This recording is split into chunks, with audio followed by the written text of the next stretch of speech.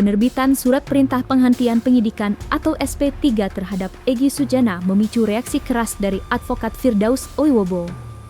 Ia menilai keputusan ini bukan sekadar urusan administratif, melainkan sebuah ujian bagi integritas hukum di Indonesia. Berikut adalah narasi 5 poin kritik tajam yang dilontarkan oleh Firdaus Wibowo, versi Cumi Top 5.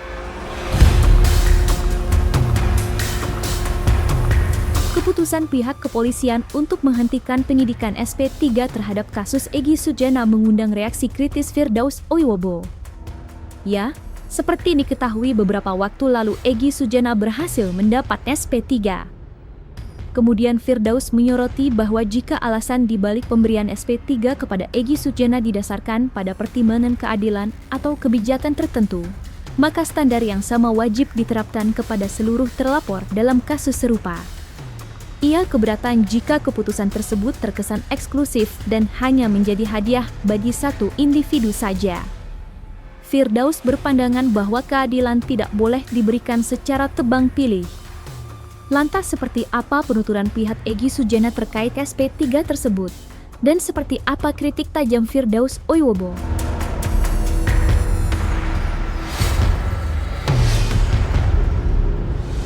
Saya hari ini baru ketemu dengan Bang Egy karena SP3 ini keluar jam 6 kemarin. Nah, jam 6 sore. Nah, ini saya serahkan kepada Bang Egy.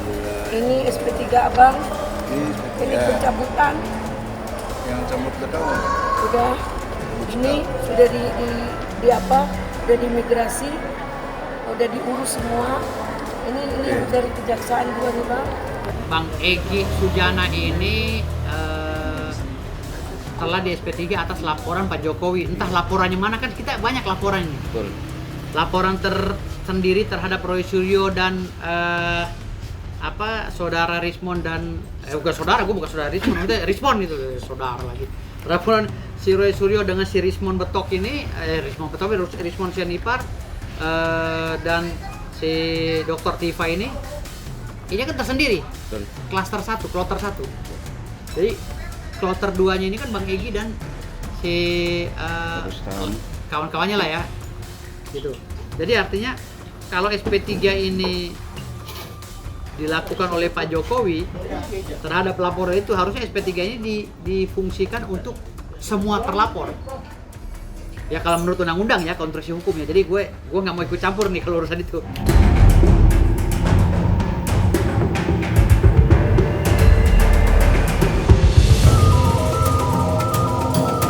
Firdaus Wibowo secara terbuka mempertanyakan landasan penggunaan mekanisme restoratif justice atau RJ dalam penghentian kasus yang menjerat Egy Sujana.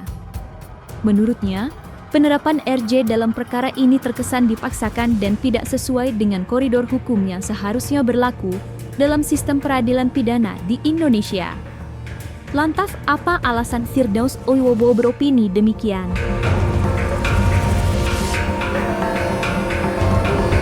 Kita minta RJ ini untuk restoratif justice itu kita agar Bang Egy bisa dilepaskan sebagai tersangka.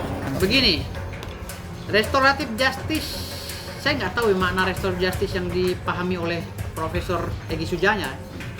Tapi kalau restoratif justice yang saya pahami itu kepada ancaman hukuman di bawah 5 tahun. Kalau menurut saya ya.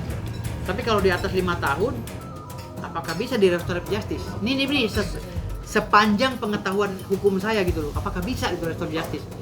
Tetapi menurut kacamata hukum saya, administrasi hukum itu perdamaian bukan restoratif justice. Perdamaian dilakukan oleh Bang Egy Sujana dengan Pak Jokowi itu bisa dijadikan acuan untuk meringankan dan membebaskan di Egy Sujana pada proses peradilan yang berjalan. Gitu loh. Jadi misalnya gini, Egy Sujana nggak bisa dibebaskan sekarang ini. Harus ada putusan pengadilan yang membebaskan itu karena sudah melakukan islah dengan Jokowi. Tapi kalau dianggap Egy Sujana hari ini bebas demi hukum karena ada restoratif justice, saya rasa ini keliru. Maaf sekali lagi. Saya pendukung beratnya Pak Jokowi. Ya, tetapi hukum harus diluruskan. Kalau berkasnya sudah dilimpahkan, berkas Egy Sujana juga harus dilimpahkan. Walaupun sudah mengajukan Walaupun RJ. mengajukan RJ itu nggak bisa sepihak, nggak bisa sendiri. Egy Sujana harus disidangkan juga. Tetapi surat perdamaian dengan Pak Jokowi itu yang akan meringankan Egy Sujana. Proses itu harus berjalan, Bos. Bukan lebur. Nggak bisa, Bos. Dari mana pasal berapa? Gue nggak baca secara penuh ya undang-undang yang baru ya. Tapi sepemahaman hukum gue, RJ itu nggak bisa dilakukan. Satu, ancaman hukumnya di bawah di atas 5 tahun nggak bisa. Yang kedua, nggak bisa dilakukan sepihak, split itu nggak bisa. Walaupun 2 klaster, Bang. Walaupun 2 klaster, makanya gue tanya kalau 2 klaster, makna 2 klaster itu apa? Laporannya beda apa enggak? Kalau laporannya sama aja, ya nggak bisa 2 klaster lah, satu paket itu.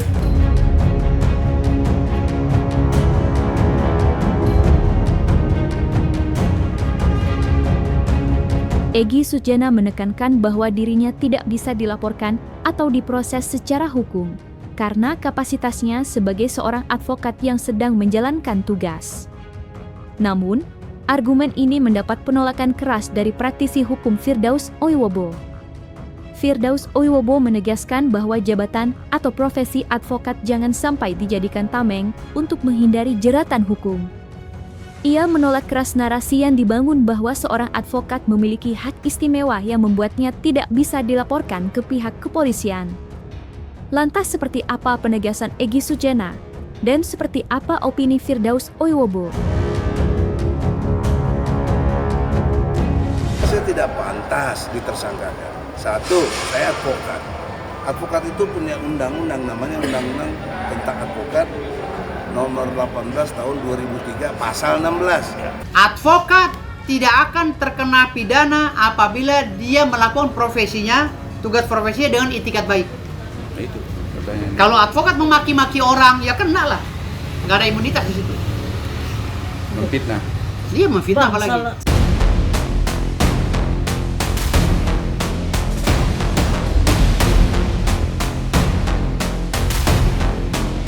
Egy Sujana dengan tegas menekankan bahwa dirinya tidak akan meminta maaf kepada Presiden Jokowi, namun di sisi lain, advokat Firdaus Oiwobo justru menuntut sikap kesatria dan pertanggungjawaban etika.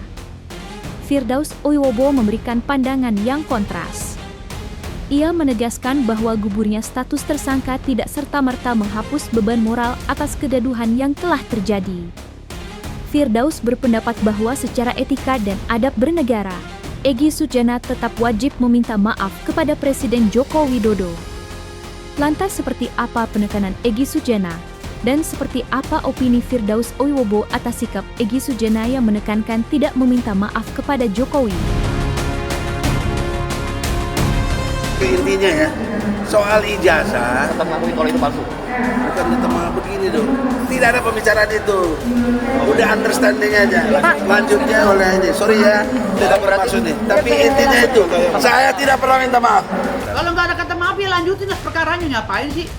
Ambigu Pak Jokowi lanjutin aja. Gue sebagai pendukung Pak Jokowi ngapain takut sama Egy Sujana sih? Hah?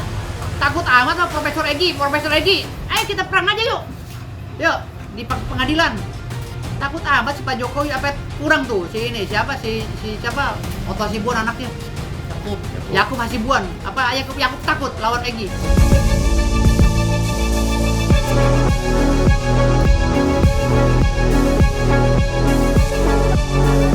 Di tengah bergulirnya proses hukum yang sempat menjerat Egy Sujana, advokat Firdaus Oiwobo melontarkan sindiran pedas yang menyoroti aspek non-teknis dalam penyidikan tersebut. Firdaus menaruh perhatian khusus pada kondisi kesehatan Egy Sujana yang diklaim menurun justru di saat kepolisian tengah melakukan pemeriksaan secara intensif.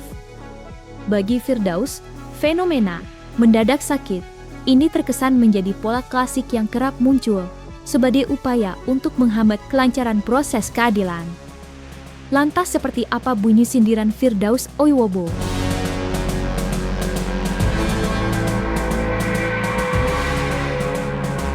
Kalau Egy Sujana itu sakit, waktu pertama kali dilaporkan, bisa saja kita menggunakan pasal 44 KUHP ya kan. 44 KUHP orang sakit, terganggu mentalnya, jiwanya, raganya, ya nggak bisa dipidana. Ya kan? Ya masalahnya sekarang dia sakitnya baru pas sudah tersangka. Enggak lah, dia punya sakit kanker stadium 4. Iya kan begitu dia tahu jadi tersangka kan dia punya kanker. Dulu kantong kering doang kan, sekarang kanker beneran Bang Egy. Makanya kan pernah gue bilang, Bang lu jangan jadi pengecut Bang, lu kan senior gue. Pulang lu, jangan takut ngapain lu. Lu takut amat Bang.